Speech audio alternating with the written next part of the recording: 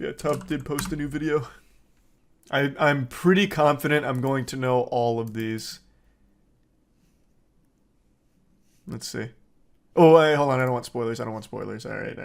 Hey guys, welcome back to another video. Today we're going to be talking about YouTubers You in the chat, Tub? ruining their careers in seconds. There are Thanks to give a some lot, greens. and I'd like to make this a series. Probably going to see a part 2 coming in the future, but there are a lot of OG YouTubers that I forgot existed, and I just remember, wow, they did something horrible. But I know I'm like Mr. Long Intro. I'm sorry about that. I'll make this one short. Oh, you don't need to apologize for that. Is that new music video coming out October 3rd. Yes, you guys finally don't have to listen to Cherry Soda on repeat anymore. I got you guys with a new music video, Spotify, Apple Music, all of that. Yeah, October 3rd, be there for the live premiere. It'll be on this channel. It's gonna be so fun with the live chat and everything. I'm thinking November the EP will be out, and that EP will have music videos to every single song, and that'll be like a 30-minute video. That's the way to do it. Music video per song. You guys up, but let's get started with our list. VitaliZD TV. So Vitali, this guy fell on some fucking wild times. Pretty sure it was a crippling drug addiction, and then he snapped one day, jumped out of a moving vehicle, and beat a random woman. I'm going off memory here, but I'm almost positive that's what it was. Vitaly Zodorovetsky, also known as VitaliZD TV, was once the the Bang pranks Bros with guy, and original whatever it was. concepts at the time, such as gold digger pranks, Russian hitman pranks, in the hood pranks, and who could forget classics such as how to get girls to kiss you, getting girls panties, yeah, the classics. Can I eat your booty? The channel now sits at 10 million subscribers and over 1 billion video views, though his recent uploads don't match that of a 10 million follower channel. So what happened? If we want to understand the fall of a man who was once getting a minimum of 20 million views per video, we have to go to the very beginning, before he was even a prankster on YouTube. Let's go back to when Vitaly was 18 in 2010. A Russian friend of his called him up and told him he could make easy money if he just appeared in an adult video. Being broke and living with his mom and abusive stepfather, he took the chance. And that's when this infamous video was filmed. The video was a bang bus film where the girl picks up guys and fucks them in the van, though Vitaly couldn't get hard, so it was an extremely awkward 12-minute video. Yes, I watched all of it. Yes, I was alone. Yes, I had lotion. The next year in 2011, Vitaly would that's an internet classic, by the way. I remember when that story broke. So Vitaly used to be massive. Most of you probably don't remember him now, but he was absolutely massive for a time. And then one day, out of nowhere, someone recognized him in a Bang Bus video, posted it on Reddit, and it flew. That shit was huge news. Yeah, he basically did start the pranking meta. Well, the fake pranking meta, the one where it's like gold digger prank, but he like paid all the actresses and shit. Yeah, he was the one that started that. Man pioneered that, trailblazed. Why couldn't he get hard? I don't know, nervous? I'm not his penis. I don't know why he couldn't get hard. I have no idea. Uploading pranks to no avail. It wasn't until June 2nd, 2012 that he'd upload the Miami zombie attack prank, a video where Vitaly pretends to be on bath salts scaring the locals. This of course was a reference to the situation that occurred only a week prior where a man on bath salts bit off a homeless person's face. Kind of a weird thing to base your prank off of, but hey, it was 2012 and I understand it was a different time. The video gained 10 million views in a week and gained Vitaly 70,000 subscribers. This even caught the attention from Daniel Tosh from Tosh. Oh my god, Tosh.0. Oh, and not to mention CNN. So, a guy in Miami, a prankster, decides to go out, dress up as a zombie and covered in blood, and he starts running around chasing people. Look what he does to this guy. Like, you can see the front of his shirt when he turns. He's covered in blood, and he chases this poor guy here and numerous people, and they're rolling on it, right? It's a prank, so he chases people around, scaring the absolute. These are 5 good subs. He rode the momentum and kept making prank videos and started becoming the face of YouTube pranks, along with FouseyTube, Roman Atwood, Dennis Rohde, and several others. Saying Vitaly got into a lot of controversies is an understatement, but I'll tell you guys the biggest ones. In 2014, Vitaly was arrested for streaking the field during the 2014 World Cup final in Brazil. He had natural born prankster across his chest.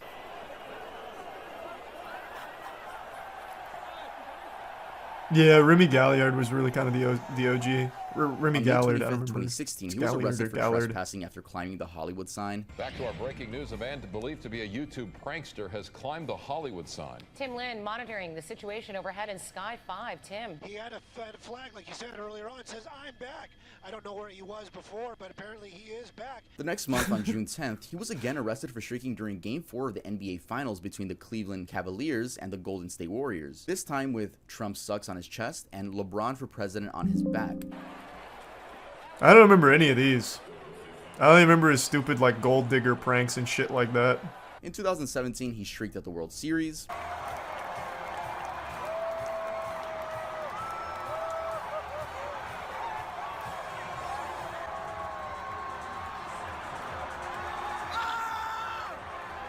He also got banned from attending any sort of sporting event, so he eventually got his girlfriend and his mom to streak for him. I guess they really love him. In January of 2020, Vitaly was arrested and spent 5 days in an Egyptian jail after climbing the pyramids of Giza. Oh yeah, let's raise money. I did this for a good cause. Spread awareness by this beautiful pyramids in Egypt.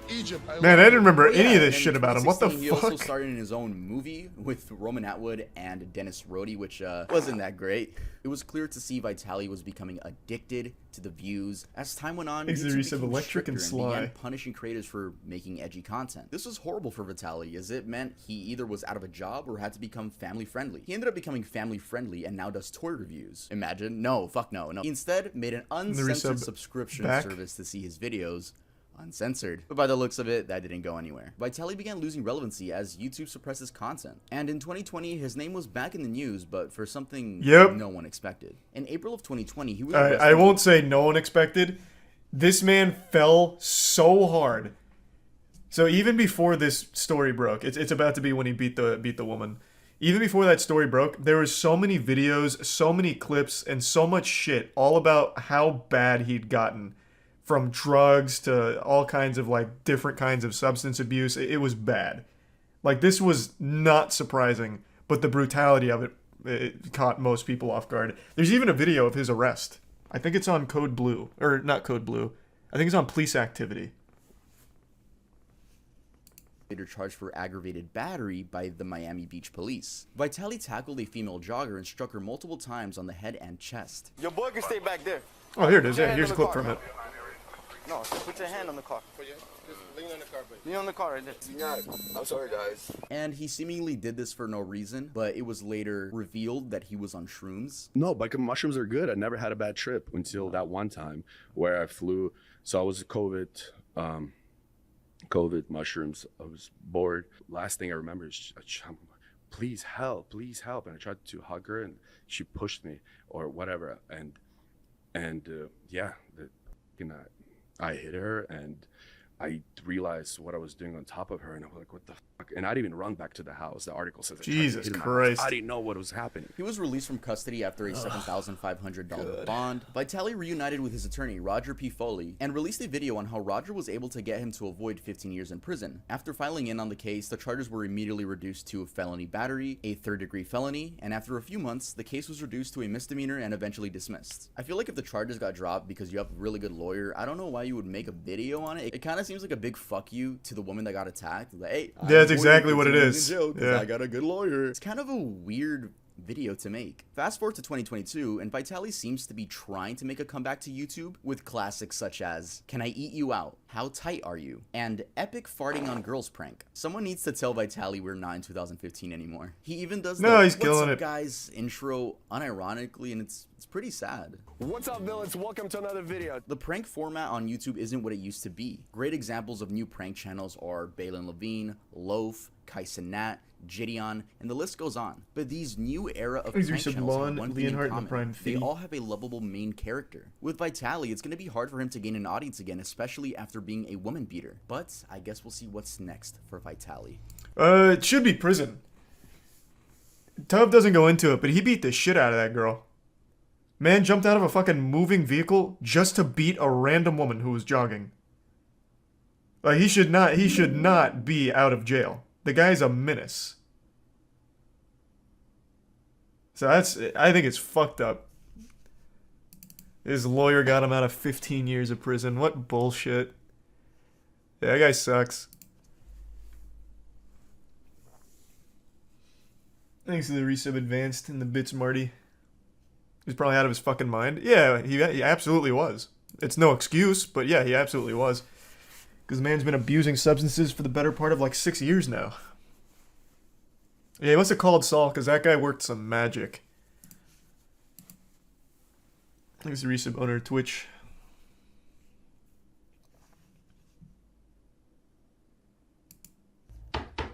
Yo, hold on, guys. Someone's knocking at my door. Thanks to tier 1 doctor. A tough skit? You're under arrest. What do you mean I'm under arrest? Because you don't have the new Oh, Earl drop. a merch skit. Oh, I thought it was like going to be VPN or something. Earl, the brand you own, the new collection that just Thanks dropped. to Prime Drew. Back to school collection, and if people use code Give some back to Tavos. school, they get 20% off anything at the store. Hey, 20% off Resub sounds really Quazon. good. Give me that. Here you go. Wow, this is really good quality. I'm gonna put it on off camera. Yes, off camera. Yeah, I don't get to see my nipples yet. Oh my god, it's embroidered. Look at that. Y'all Thanks still to go the to college? resub Nah, we go Chunky to Earl and University. Girus. Isn't that right, cop that randomly And came Fire to my Strike. room? Hey, that's very true. My Your kids contest. actually go to Earl University. Anyway, you're extremely cute. Hey, what can I say? You are too. Get the fuck out of my room.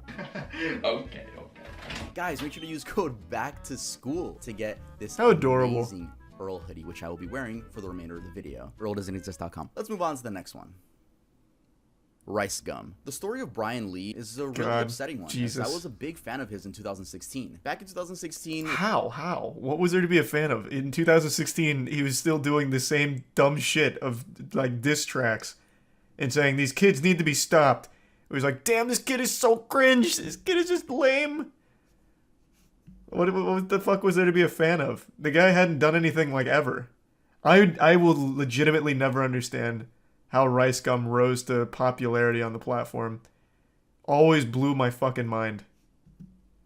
It was definitely a different era. We had YouTubers such as Leafy, Pyrocynical, Grade A Under A, Drama Alert, H3H3, iDubbbz, Filthy Frank, and yes, some of those YouTubers still upload to this day, such as Pyrocynical. Shout out Pyrocynical. If you know me, that's crazy because I look up to you. But we're talking about Rice Gum in specific. I made a video dissecting Rice Gum's fall off last year, so if you want a more in-depth version of that, you can watch that after this one. Anyway, Rice Gum initially blew up off his These Kids Must Be Stopped series, a series where he makes fun of cringeworthy kids on the Musical.ly app. I don't know if you guys heard it. This fucker just said, I'll be drunk texting you. I did some research. This fool is 13. The public absolutely loved these videos, and he quickly skyrocketed to 100,000 subscribers. And only 4 months later, he reached the 1 million subscriber mark. He continued roasting other influencers, and the main thing people looked forward to in his videos were the diss tracks. Your fans are little kids under the age of 12. Tell me why your ears make you look like an elf. You think I'm trying to roast you, but I'm just trying to help. Psych! I'm just here to give you this L. God, yikes. Now, these diss tracks weren't good, even worse but than they I were remember. extremely entertaining at the time. As time Tier went 1 on, he Dream, only grew and was Prime becoming Massey. a mainstream YouTuber. It was great seeing this 19-year-old achieve his dreams. But on January 14th, 2017, he uploaded a video which many fans to this day claim was the beginning of his demise. Finally Moving Out of My Mom's House is a video where Rice Gum kinda just tells the audience he's moving. He did move, but 3 months later he moved again into the Los Angeles Clout House, an influencer house founded by Oh, the FaZe Clout Banks, House. I which forgot about included Alyssa that. Violet, Summer Rae, Wolfie Raps, FaZe K, and some other forgettable people. And I don't mean that in a mean way, like some people in there were genuinely forgettable. Now, this is where Rice Gum's downfall truly began. Not statistically, though. I mean, he peaked in popularity at this house. Bigger videos, better production, more money, more fame, but that all came with a big ego. You see, if there's anything I've learned from doing research of YouTubers' rise and fall, or just celebrities' rise and falls, it's to never get a big ego. That will just make sure your career dies. But I'm going off track now. Then one day, iDubbbz uploaded a content cop on Rice Gum, a video where Ian completely rips Rice Gum apart for being an arrogant, money-fueled YouTuber. He is extremely insecure, and he makes it very obvious when he uploads videos like this, where he details how much money he earns in a month on YouTube. There's like this video that has been going crazy viral, and basically in the video he shows how much money Thanks to the resub YouTube has buck. paid him. Everyone just giving him so God, much this is profit, such a everyone loves him. nostalgic This dude is trip. getting so much street credit. I'm like, I can't believe it's been fucking 6 Last month I years. made a roughly $60,000. I mean, it's okay. It is actually my lowest paid month. Once again, I only got 20 million views. I'm not sure what odds he's trying to improve. The odds that a female will finally see him as a suitable sex candidate because he has money, or the odds that his child fan base will revere him more as a god. After this, Brian's videos began receiving a ton of No, dislikes. Now this, other people, is Ricegum's downfall. I'll explain later why it wasn't. After this, his content began getting more, lewd. But hey, they got views, right? Then he got into this... Then he tried to make a family channel when he started falling off. The family channel didn't work. His girlfriends wouldn't stay with him, and he just stopped making videos altogether. That's where the curtain closes on the Ricegum story. He tried streaming GTA RP, but after getting insulted by the chat constantly, he eventually called it quits there too. I already know his whole fucking story, man. This guy's just such a fucking L. He was for a long time my least favorite person on the platform. So I kept up with him, man. I was like a full-blown hate watcher. Thanks for the gift sub, Angel. mystery box scanning situation where he didn't even apologize. He just pointed fingers and was like, hey, they did it too. There's this YouTube named Reaction Time. He actually has more subscribers than me. I don't know how because he's not cooler than me. But anyways, he made the same type of video. Like 3 months ago. No one said anything. It wasn't a problem. And then all of his scams, but kids don't care about getting scammed. Whatever. They're influential. Got kid fans. Same thing. Open up boxes. This was 3 weeks ago. Way before I was doing it. Why did no one bring it up 3 weeks ago or even talk about these guys? It seems like after this, he just started uploading extremely inconsistently. Fast forward to 2021, and he became a full-time Twitch streamer. The last the general public heard from him was when he was beefing with KSI, and then with Aiden Ross, which, by the way, I don't know if that was real or not. He's a tier 1 gaming. Lived in the same fucking house, but quite frankly, I don't care enough to look more into that. Rice. Yeah, I don't know if Tubbs gonna mention it. He might, but I have to pee really bad, so I want to mention it. He also did a lot of scamming towards like the death throes of his channel. He did like the here's 20 Amazon gift cards to make up for my last scam. And if you used any of the codes, they were already used like 3 years prior. So he just gave like previously used codes. So he scammed on top of a scam. But the scam before that was these like fake loot boxes. Before that was another like fake raffle. So right towards the end of his career, he just started like scamming as much as he could on his way out. Thanks for the 10, damn, thank you for the 10 gift sub size. Oh, Save the Kids, I forgot. Yeah, and Save the Kids. But he was like the most forgettable person in that because by that point he was already completely just out of the public eye. You're right, he was with Save the Kids. I forgot about that. Twitch tweeted about Kai. I saw. I was actually shocked. I think, here's my theory. I think Twitch is now in a position where they feel threatened by YouTube now. So now they're doing everything they can to try and do anything the community has said. I mean, whatever. I mean, I think it's a net positive no matter what. But Twitch just rolled out this terrible elevated chat thing out of nowhere, which is a terrible idea. It seems like it was so haphazardly thrown together because everyone was upset about their 70-30 split going away. So like, wait. But look, yeah, you're all going back to 50-50, but here's an elevated chat functionality, which is more money for you guys. And it's fucking dog shit. So it seems like they're doing everything they can, like hustling and scrambling to try and bring out as much as possible, even when it's not fully realized. But I am glad they finally recognized Kai. It took them long enough. Scum's main channel hasn't seen an upload since 2020, and same with his Family Guy channel. He doesn't really tweet or post on Instagram. The times when he's most seen is on his girlfriend's TikTok. But personally, I truly believe that January 14th, 2017 was the beginning of Scum's downfall. Again, not numbers-wise, but tier 1 fear, and the 5 gift subs Maki. Moving to LA doesn't mean you're gonna turn into this clout-chasing demon. But if you let the lifestyle consume you, it will turn you into someone no one wants to support. I really would be interested in seeing Brian return to YouTube with a more humble and charismatic attitude. And I'll give him credit. He made his bag. Impossible. And left. He even started the entire diss track trend on YouTube. But his image will always be remembered as the arrogant hypebeast who let fame get to his head. He's also not right there, by the way. Back when I used to like actively shit on Ricegum, one of his friends actually reached out to me, like an old high school friend, and was just telling me stories about this guy. I can't corroborate any of them, but they were friends. Like, he linked his Facebook. They were friends in high school. He was telling me that Brian was legitimately always a douchebag, but kind of a loner in high school, but still an asshole. So I don't think it was fame that got to him. This guy was legitimately just born a douchebag.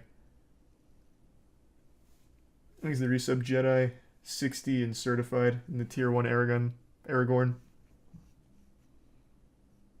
Carson. Carson King, aka Call Me Carson, is a YouTuber who peaked at 2.9 million subscribers, and ever since the incident, his subscriber count has been trickling down. He began his YouTube journey by uploading Minecraft videos to his first 2 channels, which were called GamerCraft157 and Icebox Carson, before eventually moving to the Call Me Carson channel. His channel started taking off in 2017, with videos focusing on Discord trolling, reviewing internet media, and playing video games with his friends. The momentum continued, and the official name of his friend group became Lunch Club. It consisted of Call Me Carson, It's Joko, Jay Schlatt, Slimesicle. Holy shit.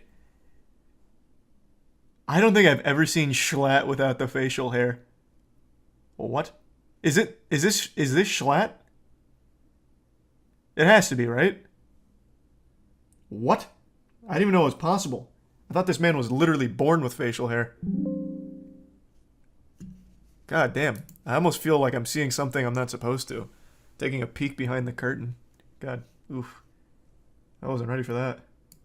Hugbox, Travis, Connor Eats Pants, and C-Scoop. I hope I pronounced all of those right. I am so used to calling Ted Nevison Ted Nevision, but I get corrected a lot. It seemed like nothing could go wrong for this friend group, and especially the leader, Call Me Carson. But on January 4th, 2021, a video was uploaded to Drama Alert, of all places, with the title, Call Me Carson's Serious Allegations, Lunch Club Interview. In this video, Lunch Club members Hugbox and Travis explained that Carson has been having inappropriate conversations with underage fans. This included the exchangement of lewd images as well. This information was told to them by Carson himself. That same day, a Twitter user whose information I'll be blurring out said this on Twitter. I can personally come out and say that I've been groomed by Carson. I have talked to many people and never came out about this since now. At the time, I was still 17 and in high school. Here's a few things he said to me. Alright guys, I hate reading word for word, especially when they're a little bit inappropriate. Let's get into this. I'm scared and I want to talk to you for the wrong reasons. Elaborate? What if I only want to talk to you for the sexual part of it? I don't want that, but like, I'm worried about it. What if subconsciously I'm only talking to you because it turns me on or something? Is that really what you want? What other options are there? Also, what would you want to happen? I don't know. All I know is every time I jack off now, I have a really hard time not thinking of you. I guess my brain got stimulated and now reading it anything more, you know? Sorry, like any sexual texts are always so what if fucking we read on cringe. Snap, Christ. and next time you're horny, we can have some fun. Yeah, this whole I just don't want that to situation be was the only thing super we do, you know? Yeah, weird. You're Like the hard whole to resist. 1917 I feel stuff. like this is all my fault. Damn. But then like the people closest to Carson said it's more than that, so this whole thing was such a weird mess. I'm not gonna lie, I'm scared of getting your hopes up or something. I'm willing to try, but it's such a bad idea. But so is sexting you. Fuck. Carson later revealed in his Discord that the texts were real. Long story short, when I was 19, I sexted a couple of viewers that were 17. Extremely regrettable and incredibly embarrassing. Felt guilty since. Apologized to them both and resolved it privately last year. Then Keem got a hold of it like 2 days ago. At the time, the girl was 17 and Carson was 19 years old. Though a 2-year age gap isn't anything to glance about, I guess people did because 1, this is a famous YouTuber and it's easy to like nitpick anything a famous person does. 2, even though the age of consent in the majority of the United States is 16, talking to people that are under 18 on the internet is like a well-known no-no thing to do, especially if you're famous. And 3, people argued that there was a power dynamic, which honestly is something I do agree with. I mean, think about it. If you're a big YouTuber, your fans already see you as a god. So asking them for pictures might just make them feel like they're forced to because they don't want to let down their favorite YouTuber, right? Anyway, Carson lost followers, friends, and basically everything. He stopped uploading, stopped streaming. No, the Hurricane missed Tampa for the most whenever part. he did tweet, he would like quickly There's a delete tier it. 1 It was chili. like this for 7 months until a video titled Moving Forward was uploaded by him. This specifically was August 25th, 2021. In this There's a tier video, 1 he doesn't Choco discuss Nut. the situation at all. He says he doesn't want to make more drama and instead promotes the fact that he's going to be donating 100% of his earnings to charity. Hey guys, it's been a while. This isn't going to be your average YouTuber apology video, and I'm not going to make it long and drawn out. I've learned a lot this past year. I'm not seeking forgiveness, nor am I looking to make excuses. Thanks, Prime I'm sure Machine. some of you are expecting some long drawn out video explaining my truth of the situation, but I have no intentions of doing that. I'd much rather just tell you what I can do in the future. For the next year, I plan to donate 100% of my profits to charity. And since that day, he's uploaded 7 more videos onto his channel, and his views clearly don't match to those before the situation. So yeah, Carson is back, but with not nearly the same amount of love he once used to have. In fact, he gets hate. I forgot that every he was single doing tweet that he for the makes. charity Yeah, stuff. I mean, there are definitely trolls that just don't like him, but I think this is a perfect time to move on.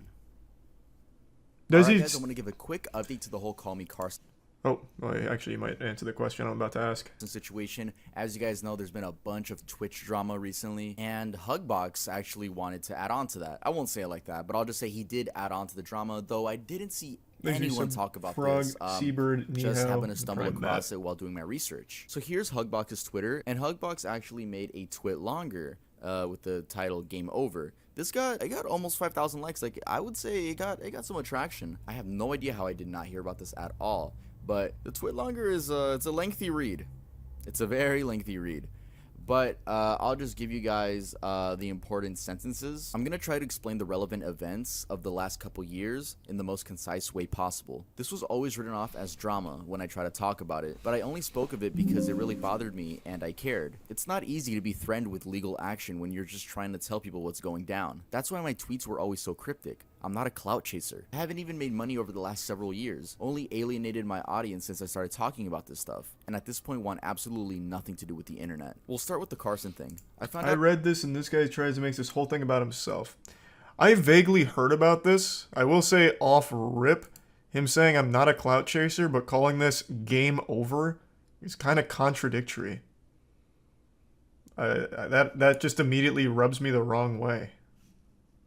Started talking about this stuff, and at this point want absolutely nothing to do with the internet. We'll start with the Carson thing. I found out about what he did in March 2020, and for a moment considered tweeting it right then and there. Unfortunately, I did not have any concrete details initially. In fact, the few details I had were lies. The group had a meeting later that day, which our manager, Ryan, told us that he had dealt with this several times before and we can make this go away. And some members of the group insisted we needed to stick by Carson. At this point, I was checked out completely, but naively was shocked that so many people seemed to value their careers over doing the right thing. Over the next several months, I started asking around as to what others had been told, and found out that every single person was told an entirely different story as to how many girls he was contacting and what their ages were. This pushed me to do something, and I had actually gotten the entire group to agree to recording a video of each of us simply saying what we were told and uploading it directly to the Lunch Club channel. No baseless accusations, no clout chasing, just the truth. At the last moment, many pulled out of the video because, in Schlatt's words, he had too much to lose. Deja vu. It was never supposed to go through Keemstar. I'm gonna skip this paragraph. Again, you guys can just go to Hugbox's Twitter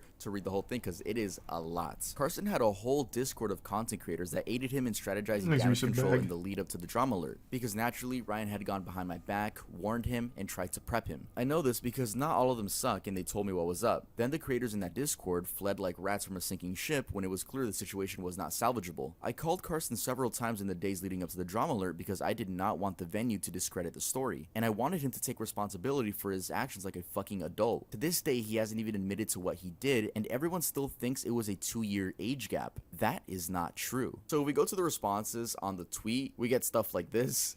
I like how instead of telling us why it was worse than a 2-year age gap, he simply didn't. Oh, that's rough. Elaborate on that. Sorry to hear that, Lamone. No, it's a very strange twit longer because, I mean, he's being cryptic like he said, but he said something about legal action, so I don't know. I don't know that. I'm just the messenger. I want to make that clear. I'm just the messenger, and I just felt like I should update you guys since something else came through to the story. It's very odd that Hugbox says that there wasn't a 2-year age gap. It was that was not it. But yet this girl says that she's 17. But I also remembered apparently there were multiple girls.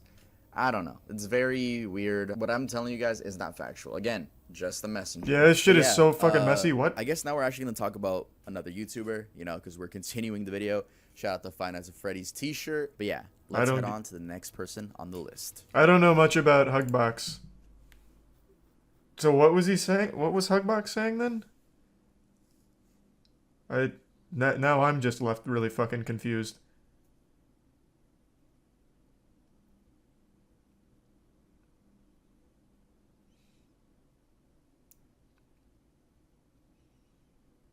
Thanks to the bits, Vintage.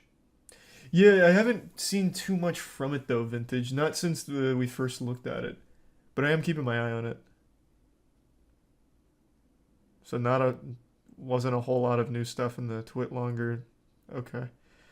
All right. Okay. FaZe K and FaZe Jarvis. Oh, these are huge. FaZe Jarvis posted a video cheating in Fortnite. He was like, I'm trying out an aimbot in Fortnite for content. Got permabanned. Cried. FaZe K saved the kids. Kicked out of FaZe. Cried. And began as a Call of Duty sniping team. Members would achieve impressive clips only using sniper rifles and later create montages which would be uploaded onto YouTube. When FaZe Clan started out, they were all just kids in high school enjoying the most played game at the time. By 2012, the YouTube channel had hit 1 million subscribers and it was the thing to know about FaZe Clan if you played Call of Duty. Everyone and their mom wanted to join FaZe Clan at one point. I wanted to join FaZe. 2014 to 2016 is when I would say FaZe truly peaked. This was when the main members of FaZe all moved into a house in New York and called that the FaZe house. Many fans still say this was the best era to be a fan of FaZe. And FaZe hasn't stopped growing at all. They even have esports teams in every major video game. They also recruit athletes, and not to mention that their main focus is still Call of Duty, with members such as Swag. It's not their main focus. Call of Duty. Also, I can't Nah, they're much bigger than that now. The best member, FaZe Jev. Yo, Jev, if you're watching this, I just want to let you know you're a huge inspiration to me, and thank you so much for always being you. Anyway, let's first talk about FaZe K, who joined FaZe in 2013. This was thanks to his sniping skills. He would upload gaming content and occasionally have his younger brother Jarvis join in on videos. What's going on, guys? This is FaZe K, and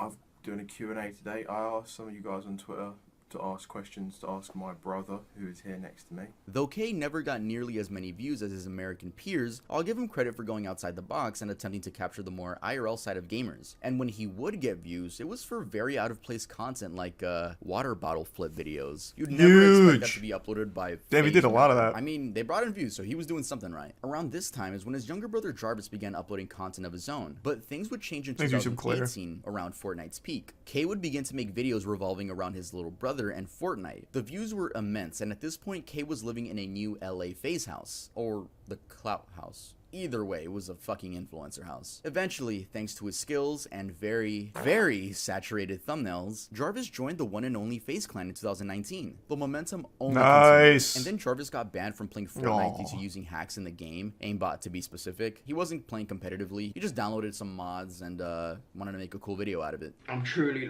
so sorry. Epic, I know I have to take accountability for my actions, and you know I'm gonna do my best to accept any punishment or comes my way, whatever happens. Epic Games decided to make an example out of him and banned him from He's still banned, right? No, this doesn't mean that when he goes to his friend's house and picks up the controller, the FBI just breaks down the fucking door and arrests him. Spicy. It just meant that if he made any new accounts publicly, they would all just automatically get banned. This also meant Jarvis had to switch content. He basically became It's just such a stupid idea.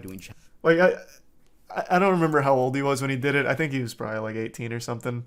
But what a dumb fucking idea. I'm going to knowingly cheat in this game for a video. Like, I don't know what you would possibly expect to happen from that. It's so... Like, I feel like almost bad. Because to be so stupid to think it's a good idea, like it's... I don't know. Still, very, very dumb. Challenges and TikTok life hacks. By the way, these thumbnails are still, Mr. very Wolf. bright. In 2020, he quote-unquote fooled the internet that he was playing Fortnite again. He went live and had someone else play for him. Then his username got leaked and Epic Games banned him on the spot. But when did FaZe K and FaZe Jarvis's careers go to shit? Kids. The Save the Kids crypto scam. Yeah. Remember when every YouTuber was hopping onto the crypto coin? Save the Kids. Well, this was one of them. This was a coin that claimed it would be used for charity and used the likes of K, Jarvis, Tico, Ricegum, and Nikon in order to get more clout. This was an entire mess, and I'm gonna dumb it down for you guys, but if you guys want full explanation, make sure to go watch CoffeeZilla's video. It's an amazing, detailed video. That is a great video on it. Fans would buy this coin thinking that the value was only gonna go up. You know, they probably thought it was gonna be the next Bitcoin, but instead, the owners of the coin just left with all the money. I believe this is called a pump and dump scam. All the people in that video were part of it except Tico. Tico was genuinely innocent, which is why he's back in FaZe now. But everyone else in that video, yeah, they got a lot of money from the fans that were trying to support this charity. Due to this, K was kicked from FaZe, and Jarvis, Nikon, and Tico were suspended until further notice. He's got some tacos. Well, he's Ricegum. He wasn't a part of any team or anything. He's just himself. So this is where K's career started going downhill. I mean, why wouldn't it? Who wants to support a scammer? Then K came out saying that the mastermind behind all of this was Sam Pepper. Yeah, the dude with Black Ops 3 dark matter for hair. This response wasn't really taken that well, and his views dipped right Probably after. really was Sam Pepper, but you're also a fucking idiot for doing anything with Sam Pepper. It's your fault. How Sam Pepper still somehow infiltrates anything blows my fucking mind. He's like the most well-known scammer of all time. Hey, thanks again, Maki. Thanks for the 5 gift subs. And the tier 1 Climate, and the resub Chaser, and SSB. Thought I got the wrong channel. I thought I put Jarvis's channel instead of K's. But notice how much K uses his brother in his thumbnails. Like, do you not think you have a photogenic face? I literally thought this was Jarvis's channel. I was like, okay, I gotta re-screenshot it. No, this is K's channel. I did not make a mistake. Again, please stop the oversaturated thumbnails. Jarvis had a boxing match which he won, and he was back in FaZe. Then this video was uploaded. Why I left FaZe Clan, where he explains that he left FaZe Clan because his big brother was kicked. Weird for me because I don't want to be a part of FaZe if like you're not in FaZe as well. Oh, that's so wholesome. Me and you, we started YouTube since the very beginning. Trust. All of this happened because of you and you pushing me to like make videos, start vlogging, There's a gift sub start Beaches and the resub really Duluth. all happened Gift because sub Claire. you pushed me to do it. Aww, tier 1 so Swoosh sweet. and tier 1 Except Carla. Not really, because this is when Jarvis would begin uploading less frequently and get less views. And no, YouTube Shorts don't count because those views are from randoms, not your fans. I forgot to mention that they have another channel called Jarvis and K. Oh, nice. They do upload more frequently, but the views aren't there either. And for some reason, while watching their videos, I feel like they're always finding a way to diss FaZe. 7 months ago, I left FaZe Clan, and after watching these TikToks, I think I made the right decision. It's like I get the vibe of like biting the hand that fed you. I mean, even the These are some fans Fisto. dislike the videos, and it's very weird. I don't know. It seems like they have a big ego after leaving FaZe. I truly believe Jarvis could have saved his career by just staying in FaZe. It doesn't matter if you were banned from Fortnite. There's new Call of Duties every year to make content on. I get that family comes first, and that's super respectable that he did that. But what is K doing? I know he showed his channel, but is that really all he's doing? Yep. That's really all he's doing. He legitimately does just use his brother in every single thumbnail. I would have no idea this is K's channel. Legitimately. There is nothing here that tells me this is FaZe K's channel. That's crazy. But man, this content does look fire. Awesome. I asked her to be my girlfriend on camera. Whoa. I exposed Jarvis playing Fortnite? Oh, no. And what is Jarvis doing? Maybe Jarvis only has K in the thumbnail. That'd be huge. No, I guess not. He also hasn't fallen off nearly as hard. Yeah, it's mainly just K. So Jarvis has 2 channels? Well, yeah.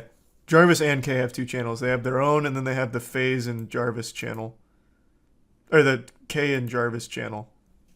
Joining FaZe doesn't mean fuck you, bro, to your brother. It just Thanks means to you're the looking bits out for Fist. yourself. It's quite literally your livelihood. That's a Nowadays, good question, they both Fist. I upload don't know. shorts and Mr. Beast inspired videos, but it doesn't seem their audience is there anymore. Jarvis had a video get over 1 million views recently, but it's because FaZe members are in it. Pretty ironic. I mean, you could have stayed. You could have fucking stayed in the group. But yeah, let's head on to the next one.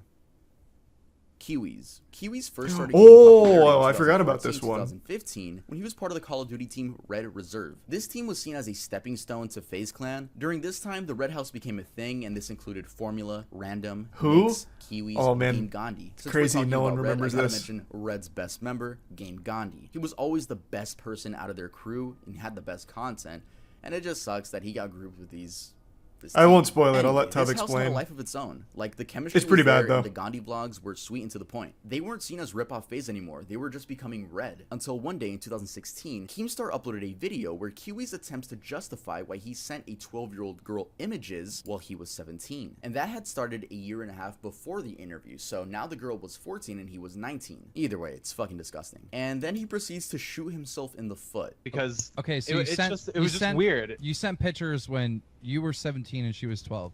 Now, I believe she said that She said she was 14. I believe, and the kick logs will prove it. Like, if you guys get it, like, okay, it's there, but she said she was 14 or whatever. But it she was a month ago. Yeah, and a month ago on Snapchat, yes. Okay, so a month ago you sent her a picture. Yes. But the problem with that is you're 19 and she's 14 at the time. But the thing, like, I was in a really like depressed state. Like, she was talking to me. Like, she kept on saying how she was saying how she was so attached to me. And I was saying, and she said how she wanted to meet up, and I said that's really weird. I don't want to meet up. Like, that's something you can't bank on. Like, that's just really weird. I don't want to do that. and she's claimed that she wants to meet up with other people. There's another person in red that she talks to that she wanted to meet up with. Specifically, and we can talk more about that in private. But oddly enough, this wasn't the end of his career. He continued uploading and even uploaded a response video where he flat out victim blames the girl. I shouldn't have trusted this girl. I shouldn't have. I don't know why I did what I did.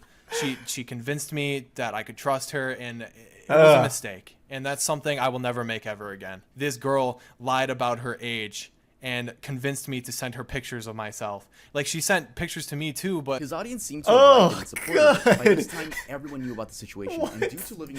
I never saw that. This man's just out here confessing to full-blown crimes without knowing it. Thanks to the resub Helicity, Waifu, and Jay. I only knew that first part. So the dude straight up like admits like, hey, I thought she was 14, so I sent her all these nudies.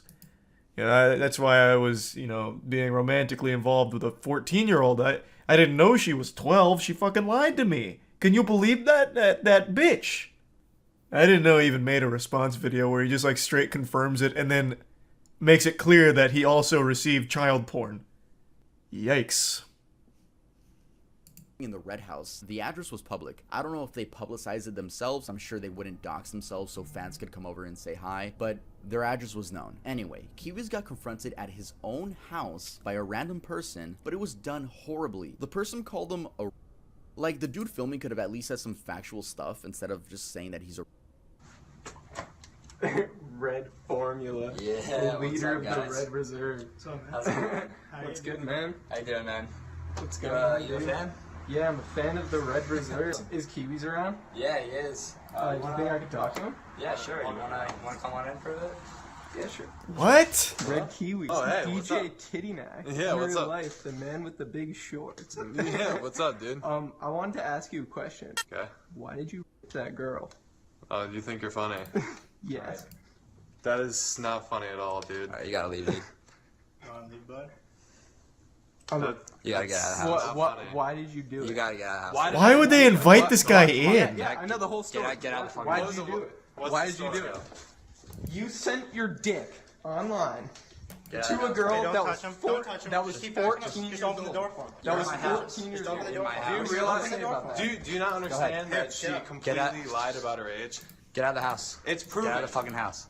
That's why I'm here. The reason why Kiwi's story is so odd is because he never stopped uploading. Why the fuck?